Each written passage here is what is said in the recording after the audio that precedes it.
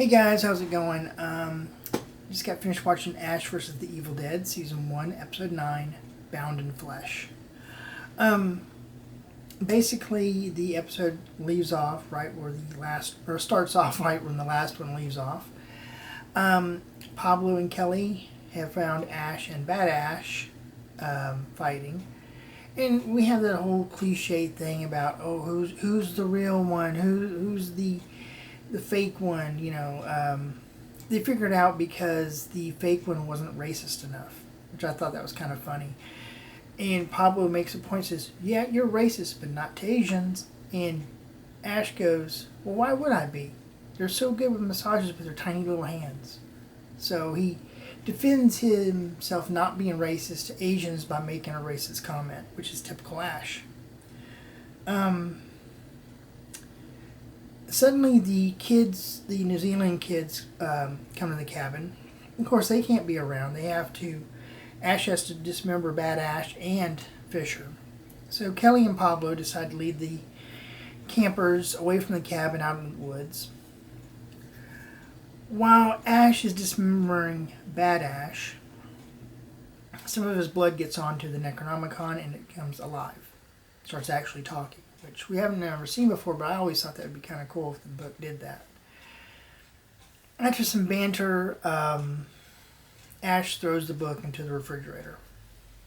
When he goes back into the living room, Fisher is gone. She's been reanimated. Fisher manages to catch up to Pablo, Kelly, and the campers. Kills two of the campers, seriously injures the other one, breaks her leg. Ruby shows up though and tries to kill Fisher, but Fisher gets away. So they all go back to the cabin, and finally Ash and Ruby meet. Ruby tries to explain burying the book is not going to work. There's a certain ritual you have to do. You have to dismantle the book. That way it will be free. So everyone's like, well, okay, well, let's do that. First, Ash is kind of hesitant, but Ruby does seem to know her stuff about the book. Plus, she's a Nobi.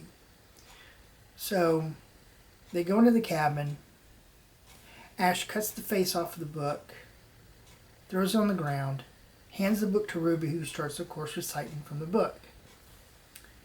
The face jumps onto Pablo's face and I guess starts possessing him.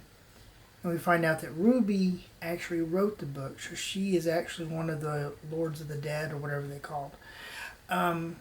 So that's going to be kind of interesting to see. Now, next week is the last episode, and I'm so glad they decided to renew the series for Season 2 for next year. So it's going to be interesting to see how they end this series, or this season, excuse me.